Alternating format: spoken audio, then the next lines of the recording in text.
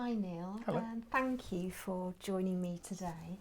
I'm really pleased that you wanted to have level 2 MBTI done after you had Curious. your step 1 done. So it was about a year ago you had step 1, Yeah. as I understand. Yeah, it's about 12 months now. So how happy were you with your best fit type with the step 1 MBTI?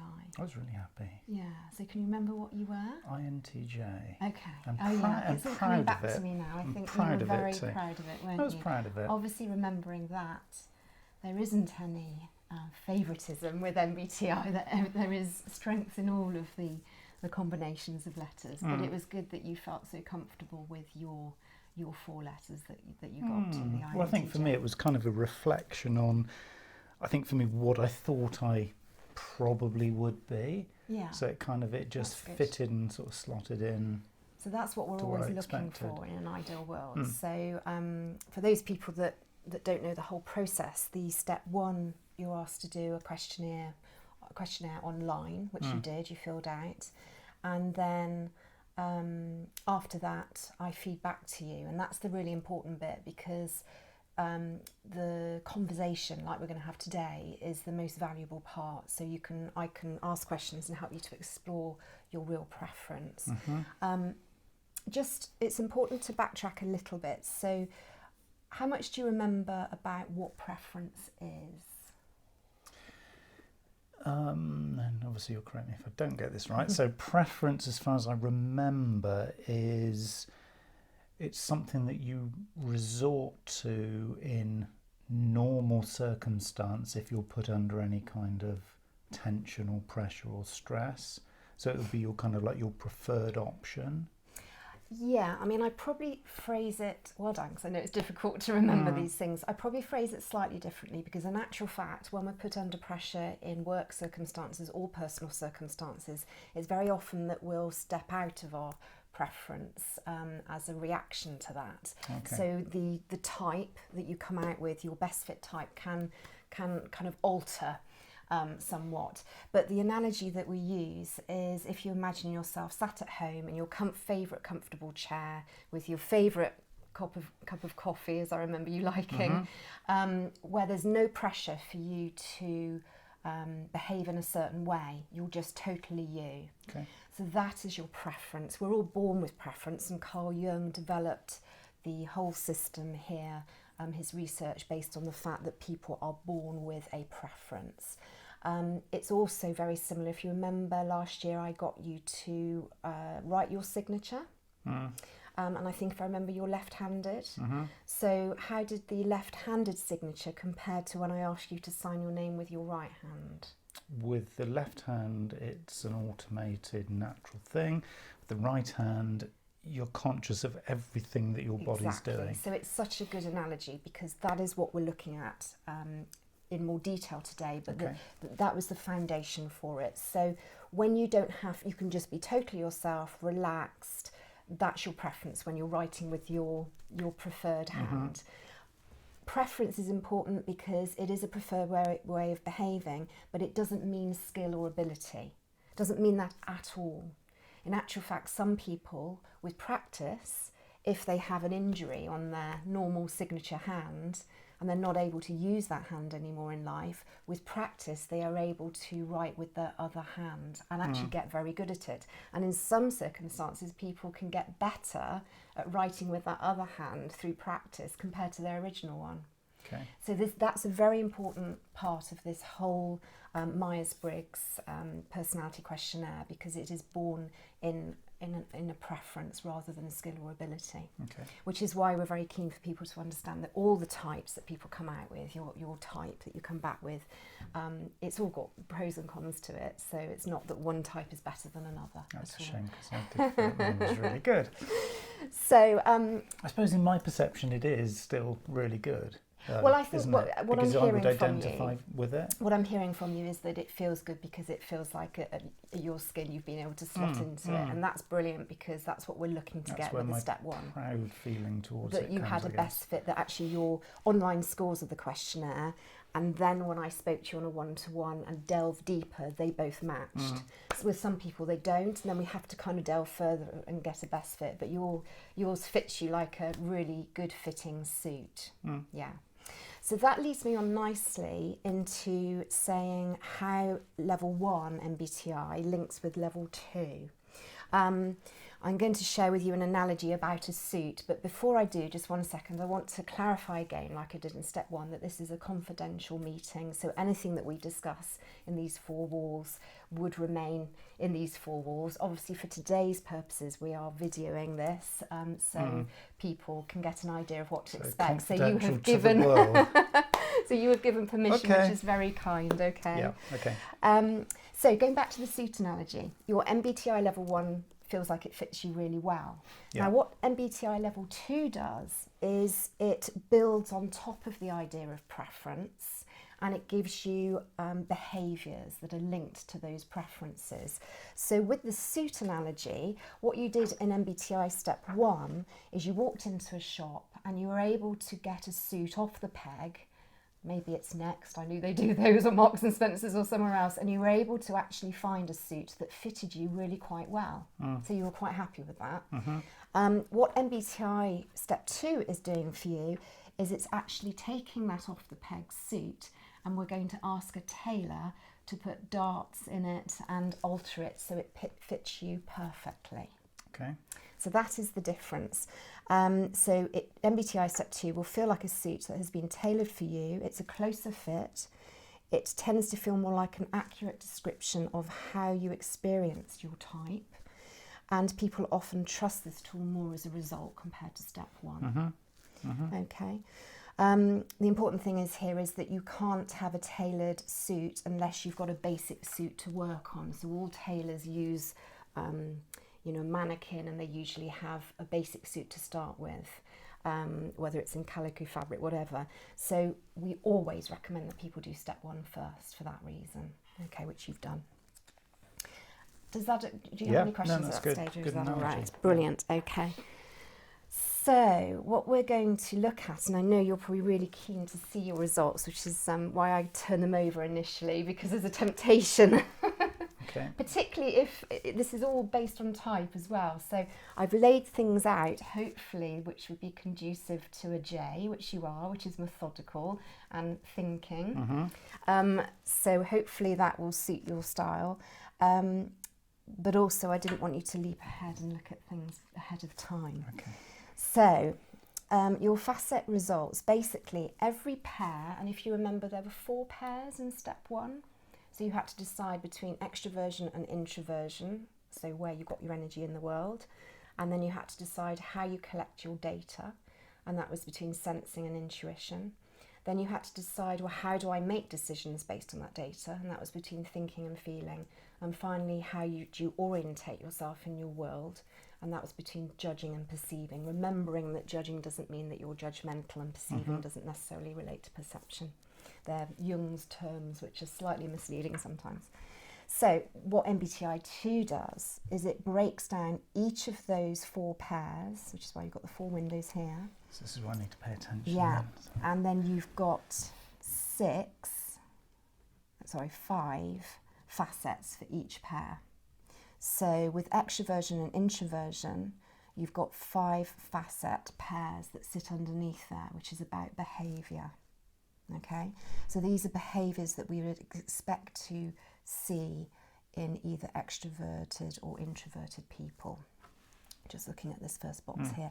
Now, what's nice with how MBTI lays everything out is that it's already telling you that your results actually did show that you are indeed introverted, as your step 1 did.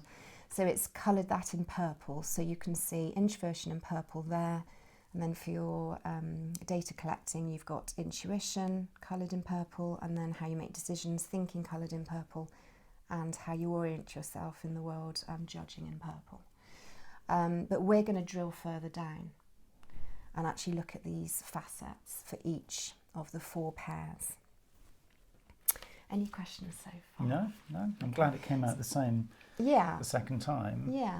Which I guess there's a kind of a bias testing that goes on in the answering of the questions anyway. I'll show you that later. There's a score actually at the end which will show us how accurately or you answered the questions, whether you were trying to cheat or not. How honestly. Yeah. Okay. Yeah. And you're not going to tell me yet what my score was? Not going to tell you yet, no. So what we're going to do now, we're going to go through each one separately. Okay. And you're going to start to see how clearly you came out on each facet. Okay.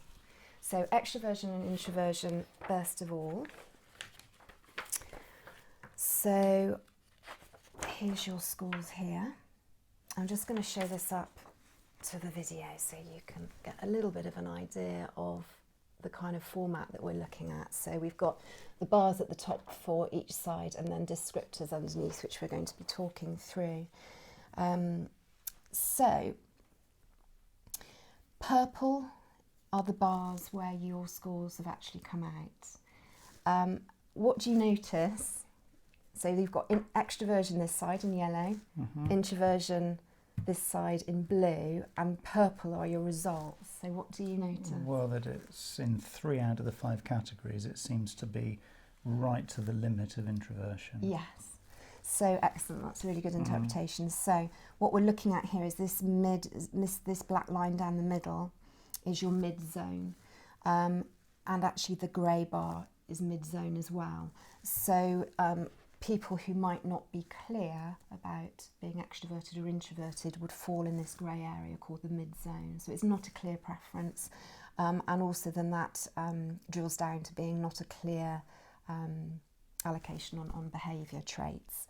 So your only mid-zone score on the facets was reflective here. So we're going to look in a bit detail at that, but your contained, intimate and quiet was right to the full maximum on that. Which feels comfortable, I have to say. Well, that's good. Yeah, as a preference, that's what it would be. Yeah.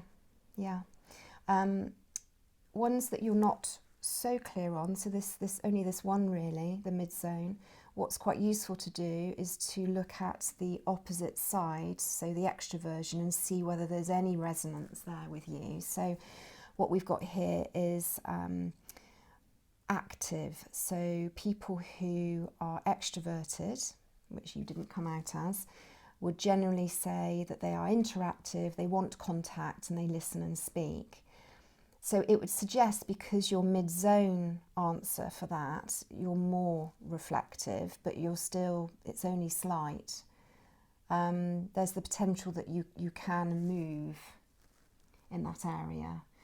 Now what's interesting for you is to reflect and think whether that's an innate thing or whether that's a learnt behaviour, because we're talking about behaviours here that sit on top of the preference. Because it could be something that you've developed out of a need in a role at work and then it's stuck, or in your personal life. So yeah, I mean, I think if I just take the 2 words active and reflective and the way that that's kind of defined there, I am just emotionally drawn towards the more active thing, because I'm feeling like I have a little bit of extroverted energy going in that direction, whilst I wouldn't say certainly on the whole kind of onlooker. No, I'm more engaged than that. Onlooker feels very passive, whereas maybe of all the things here, this is the one that actually means, I kind of appreciate the interaction with others, but I don't necessarily seek it and I don't really want it. But it's kind of there if I need it. Maybe that, like you say, comes into play in certain scenarios. There could be, again, professionally, there would be scenarios where I think, actually, I can't do this by myself, so I have to kind of go and get support. And I think that probably is where it comes. I know you spoke in the past, having your own marketing business, the need to network. Yeah. Do you think that could be an example of where, in the past, you've maybe had to develop that skill to go out and... And I think there's a really key word, the need to network. I've understood it's a need to network. I don't want to network, but I need to network. And I think that's probably where that is a bit of a... So maybe actually your innate preference is further onto the reflective, but with life experience and the need to network more in work, you've developed that skill. And that's where it's really interesting. I said right at the start that this isn't about, not having a skill or ability. You can actually develop a skill or ability, which turns into a behaviour. Because if I look at some of the others, like the read and write versus listen and speak, I would definitely do the read and write as a preference, but I've learned how to do the listen and speak. Yeah. So, and this is a really good example that you're willing to share with us here of how people can use their MBTI to become an even more well-rounded individual. So you can recognise certain aspects in your results where you can actually tweak them and develop them, and you learn new skills so that you're able to adapt in life in changing scenarios at work and in personal lives really well. So you're suggesting that everybody should aim to be mid-zone? Because that feels a little bit kind of forced. No, yeah, that's a good question. No, I would suggest that people recognise where they are and understand that they have the ability to move and learn and develop. And actually through doing that, you can it's almost like being a chameleon to a certain degree. You can adapt to different situations because you're able to tap in to your preference, your innate ones that you're born with, but also because you've developed and you're aware of the other side of your this pairing. You can use skills in different scenarios, and you can come across as one of these individuals that's just really adaptable, and which in business and in personal life is so important nowadays because we have so much change. We can talk a bit more later on into developing your type in life as well, because that's also another area. So let's just double check on this one. So if we read underneath, we've got the active reflective with the statements here. So on the active side, you would talk in person about personal information and communicate technical information in writing. Prefer to learn new subject matter through face-to-face contact. So those might be things that you've needed to develop in roles, like you were saying. Whereas if you've come out as mid-zone for reflective, can be at ease actively participating in events or quietly observing them. If familiar with the subject, prefer to learn more by reading. I would certainly rather do things, I guess that by reading implies you doing it on your own terms and at your own time. Yes. I'd much rather do that than actually do it as a group exercise. Yeah. The whole thing about role playing and group exercising and workshopping and I think this is not a preference. This is where the facets are really interesting, because they don't stand alone, they actually impact on each other. So I suspect, tell me if I'm wrong, but I'm wondering whether what you've just said about preferring to read and go off on your own, could be linked to containment up here, because you've got a clear preference there for containment, which is about control, being controlled. You're harder to know. You're a private person, so you prefer to go away and do things in your own space and time. So this is where all of these facets interrelate with each other. So any questions on that one? Or is there any other surprises or anything you want to explore further? No, I think just the only other observation, seeing this is obviously intimately about me, is the choice of some of the words. Because some of the words I would say that I am actually both. I mean, again, this whole active reflective thing is I am active, but in a reflective way. So I know it's difficult, you have to get a label for these things, but some of these things I could say, well, actually I'm really active as a person in terms of energy, but actually my preference is to reflect. So two things for me to say there. With Myers-Briggs, it's very much a tool that will give you a certain level of understanding about your personality and preference, but by no means does it give you everything about Neil, because as humans we are really complex. So behaviour is a very complex thing. So all of your idiosyncrasies and extra things will be kind of sitting around the periphery of this. Right, okay. The second thing to say is that I think what you might be reflecting on here about the active reflective and resonating both of those words could be that it links to one of the other facets on one of the other pairs later on. So, for example, I think you do on thinking and strategy, and maybe the way you orientate yourself in the world with judging, perceiving. You're more judging, so you like to be methodical. It could be that the activity, the activeness that you're talking about is actually wanting to get results, and in a methodical manner. So I think that's where they relate across. So they relate this way. They can relate to each other, like we talked about the contained and the reflective, not wanting to go away and read on your own. But they can also relate, so something here on the active may relate over here on one of the other pairings. So it's quite dynamic. Okay. Yeah, it's funny you should say about me being very sort of methodical and process driven, but actually I don't want to do the process, I want to see the answers. So as you show those, you want to get to the results. So actually that's, and what I find really interesting with clients is that actually we're in this present moment of me delivering this to you, and even this situation can be representational of your preference and your type.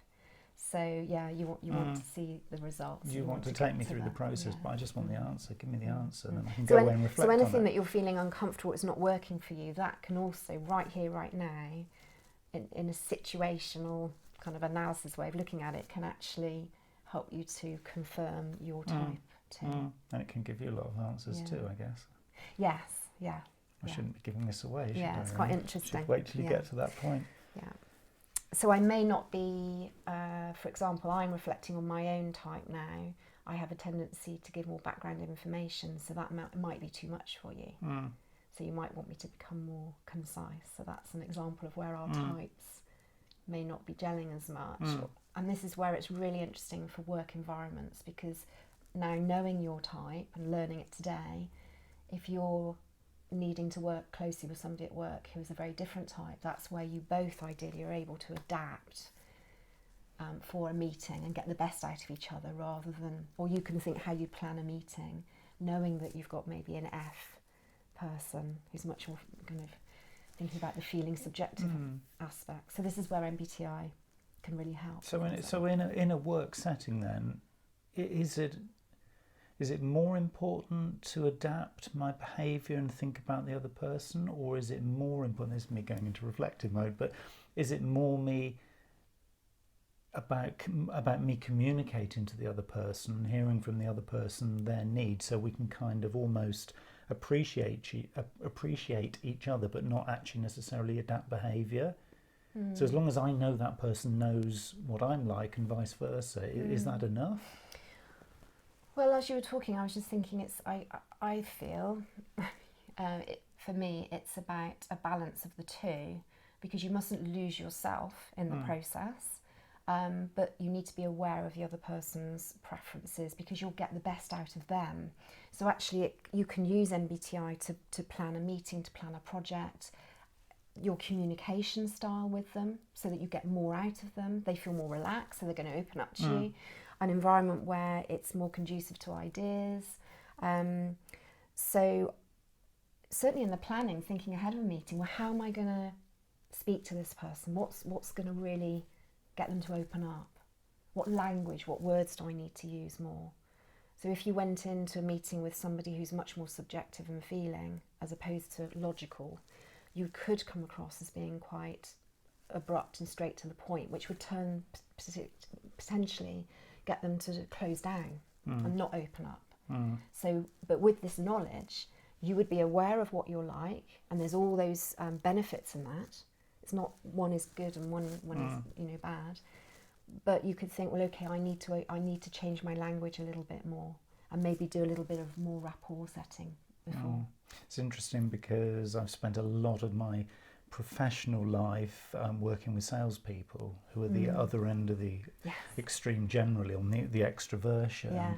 And in lots of cases, and I can name lots of cases, they simply don't get me because they don't understand actually what's going on. That's partly because of the shields and everything else. So I guess that's partly my responsibility and partly theirs. And partly, I think, well, this is why it's great to do this with teams, because then everyone is on board, they understand the theory, and you can then all work together to understand each other better and communicate better. So you can see where that could really affect relationship building, couldn't it, with a marketing person and a salesperson, for example.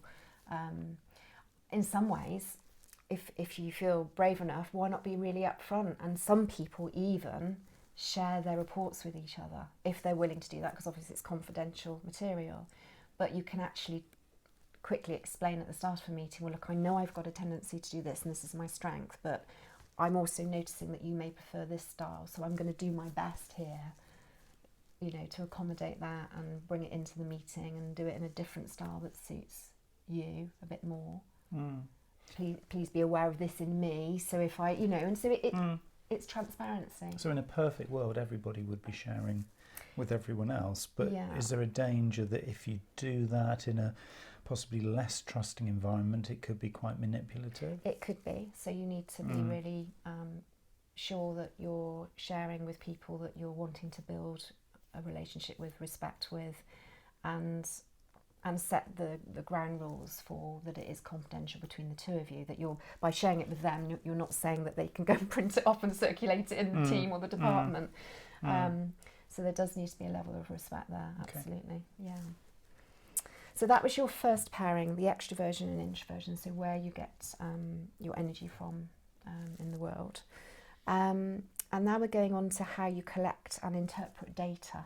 And obviously there is a huge amount of data in the world all the time that we're consuming and taking in. So just turn that one.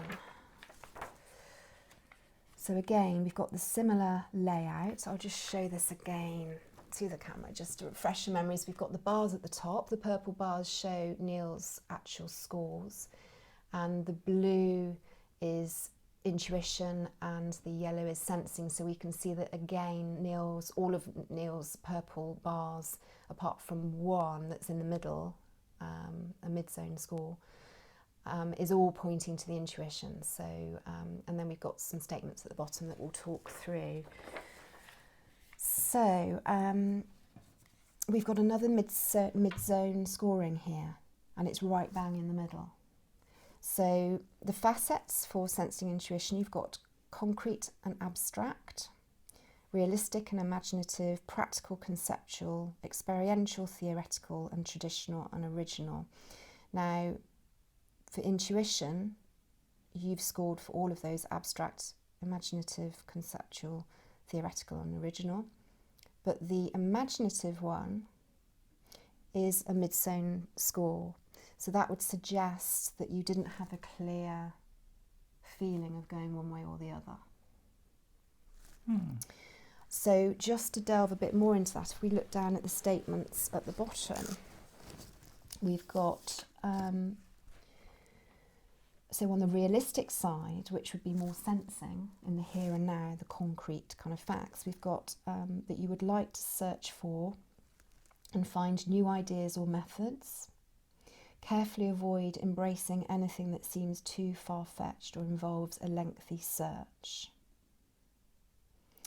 Whereas on the other side, if you were going to be more angled towards imaginative, you would move relatively quickly to see how your ideas work and what their limits are, and stay in touch with the common sense aspects of any situation. So do you feel you resonate more one side than the other? And I think that really is a reflection on my whole world, really, because some of the stuff that I'm really personally really interested in is more conceptual and is a little bit more, requires real imagination to kind of get your head around it. A lot of the time I'm working with blank sheets of paper and working with clients and things to come up with solutions or ideas. But at the same time, being very kind of process driven, a lot of the stuff that I do is actually very process driven. and I noticed down here it says seek efficiency. Well, I'm all about efficiency because I'm trying to juggle so many of the other things.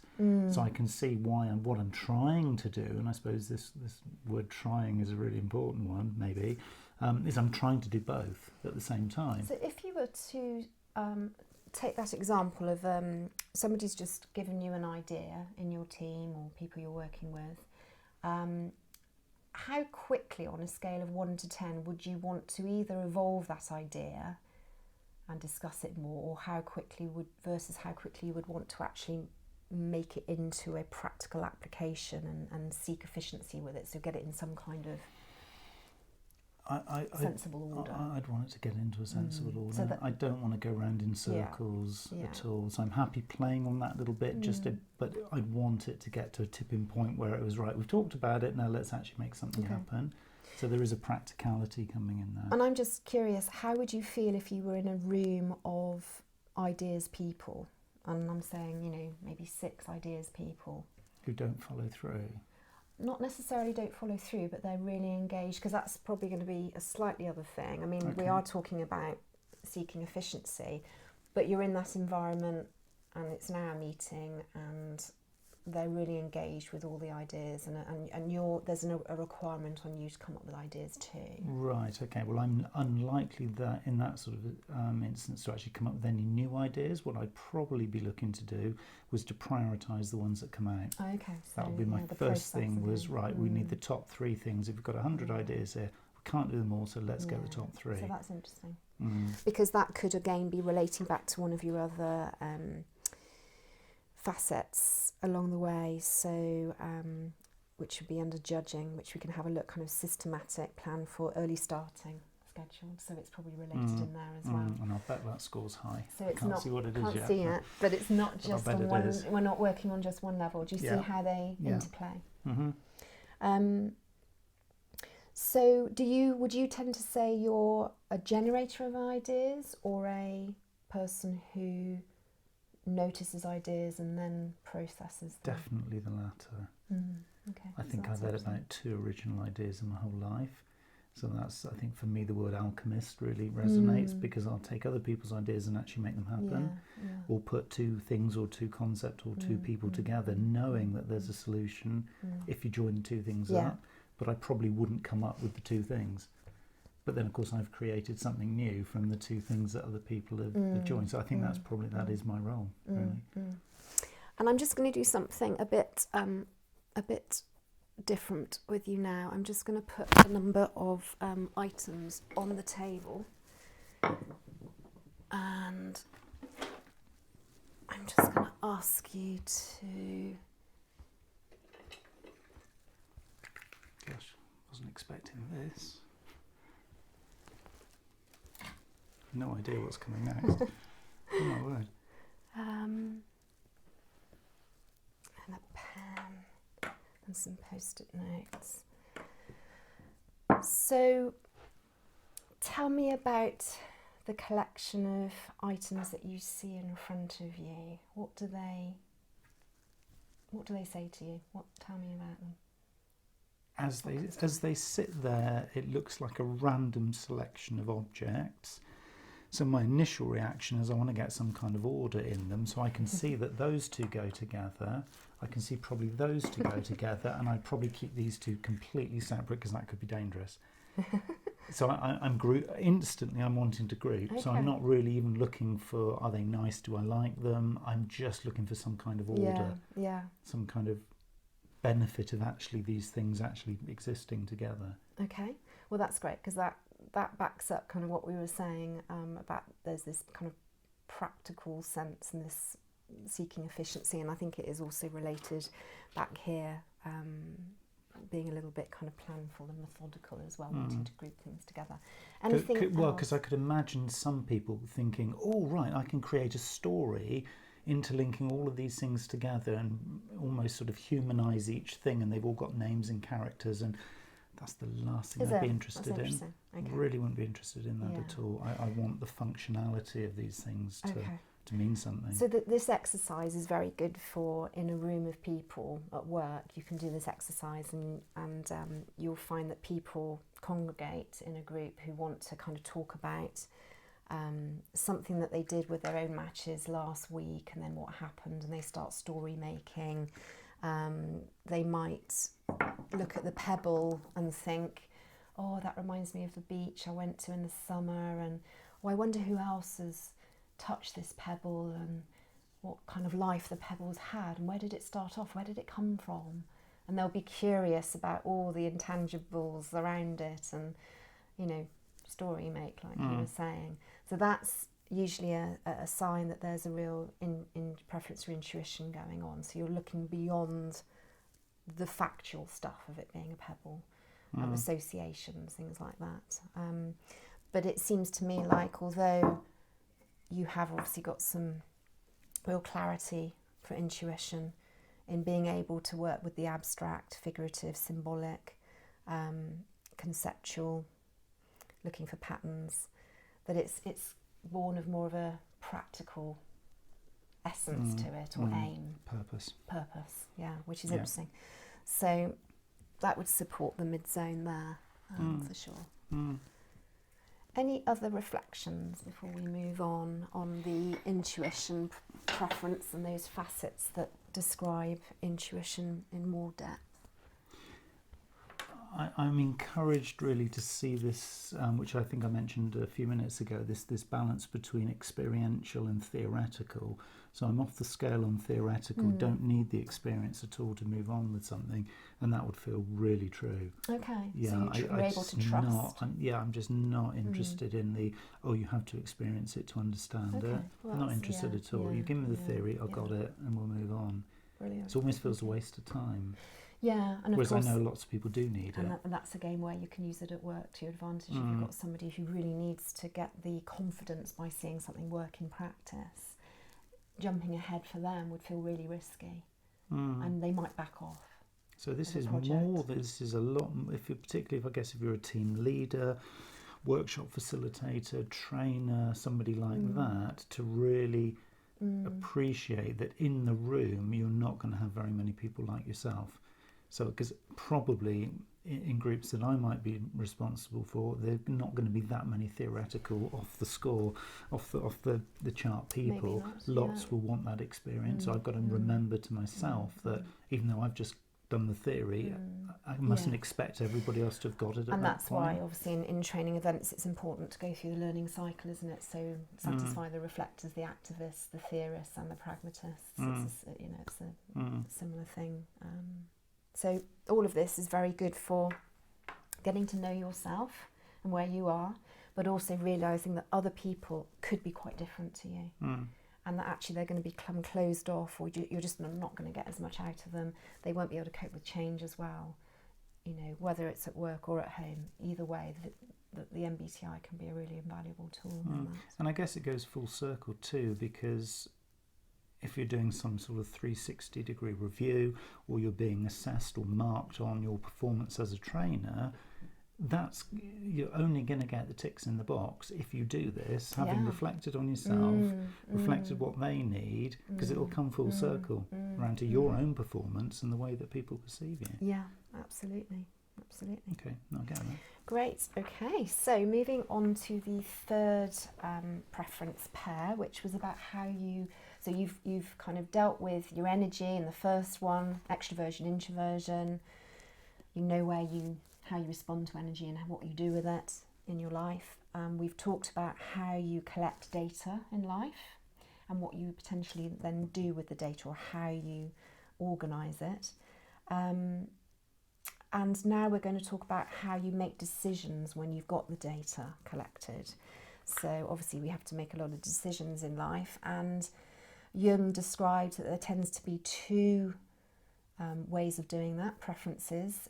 Thinking, which is basing conclusions on logical analysis with a focus on objectivity, being able to pull yourself out of a situation.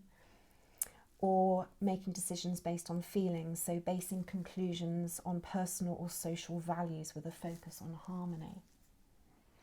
So you can imagine in a work scenario and a personal relationship scenario that if you have two people who are clearly on the outskirts of that preference rating, it can feel very different, two very different worlds. So it's really important to know where you are, and then the consequences of that, of people, how they're going to perceive you, but then also you being able to adapt and tweak that a little bit in order to get the best out of your partner, your wife, you know, a friend or somebody at work.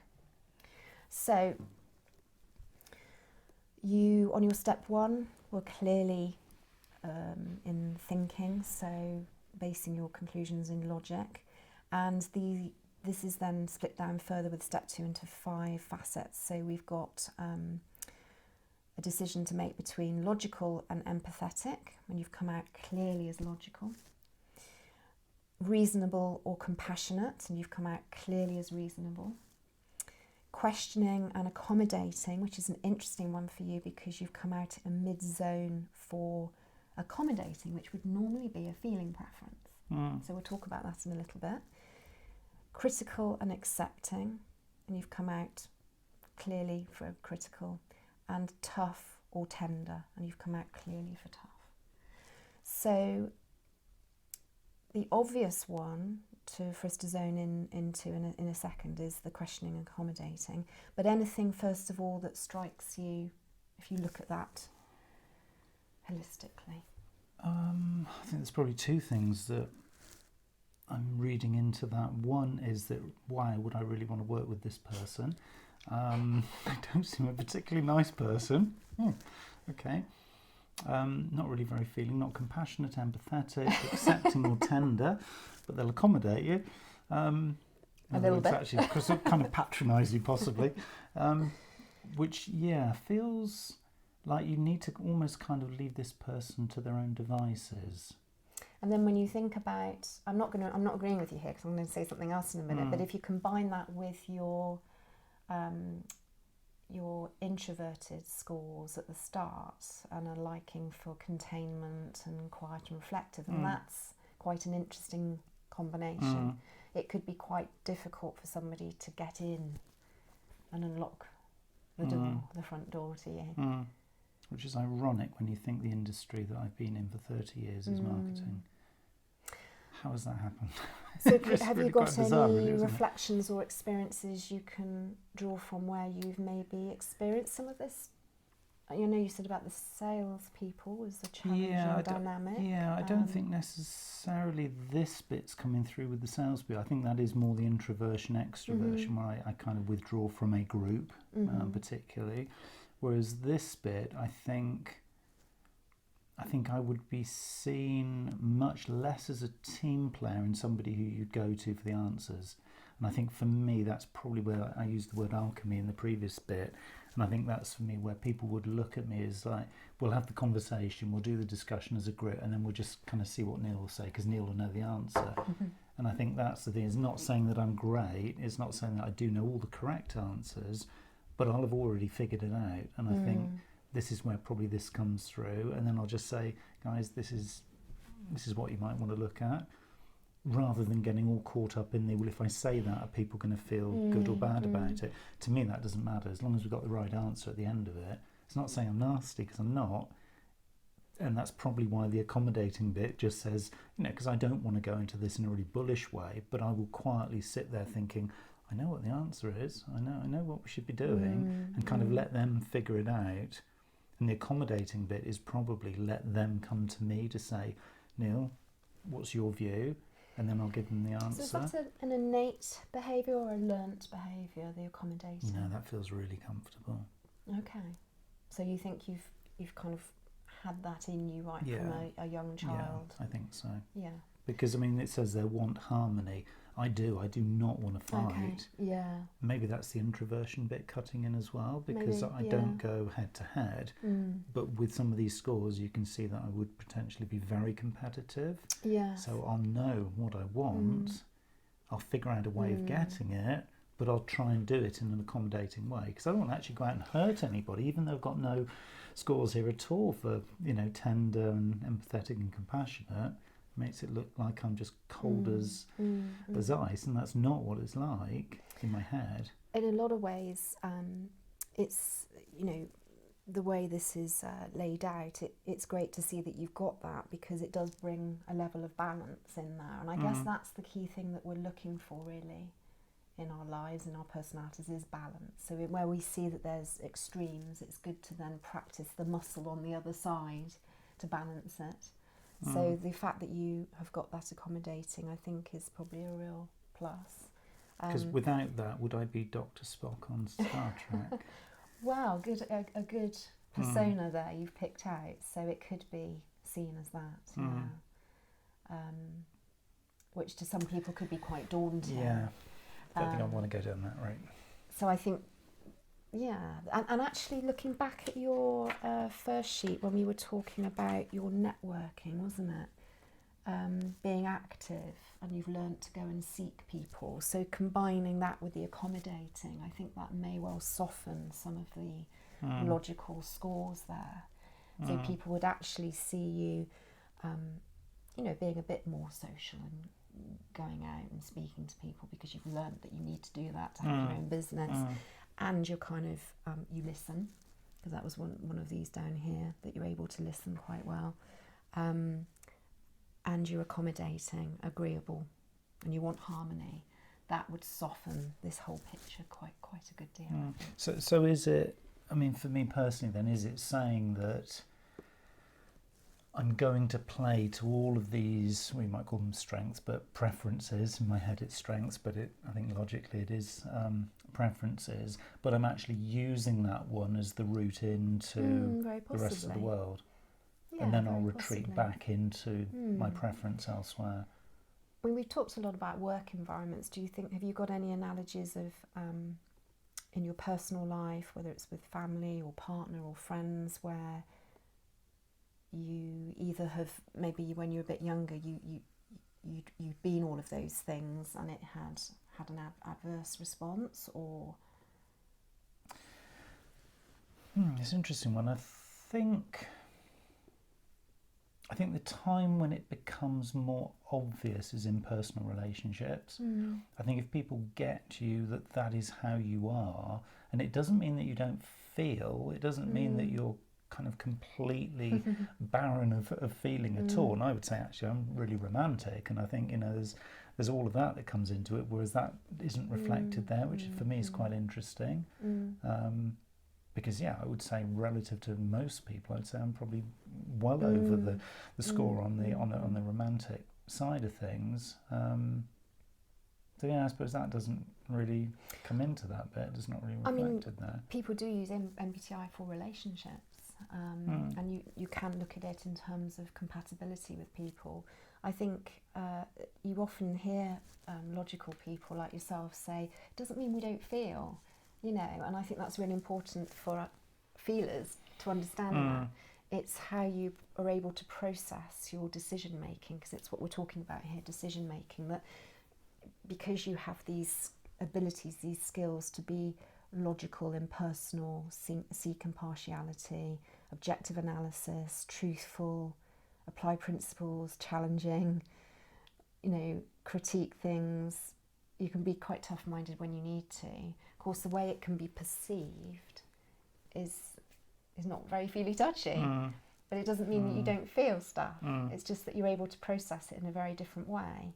Whereas with feely people, it probably seems like they're all feely, fluffy on the outside, whereas actually they are able to be tough as well. It's just that their preference shows out first of all. So this is where we just always need to understand it's not about ability. Underneath, it's about preference, and these are the behaviours that typically sit on the top because of the preferences underneath. But you can change behaviour. It's not set in stone. So this is where you can learn to be more tender if you wish, or and it's choice, and in response to other people and situations. So I still feel proud of that one. There's still a certain level of proud coming into that. Of this particular pair. Of that particular, Of the thinking feeling. No, the thinking bit, because it feels like if it came to Armageddon, I'd be the kind of person you'd come running to, because it would be like, come on, get us out of this, as opposed to, oh, let's flap. I don't know, I feel that might be a strength. Yeah. Well, it may not something you might want to do afterwards as kind of homework, if you want to take this further. There's a really interesting book in the MBTI library you can get, which is called In the Grip. And in there, it talks about your preferences and what happens under stressful situations, like you just said, Armageddon. And normally what happens with everyone is that their preferred letters, so your T, logic, will be the first thing that you will, particularly if it's your dominant, which for you it's your auxiliary, actually it's your second one.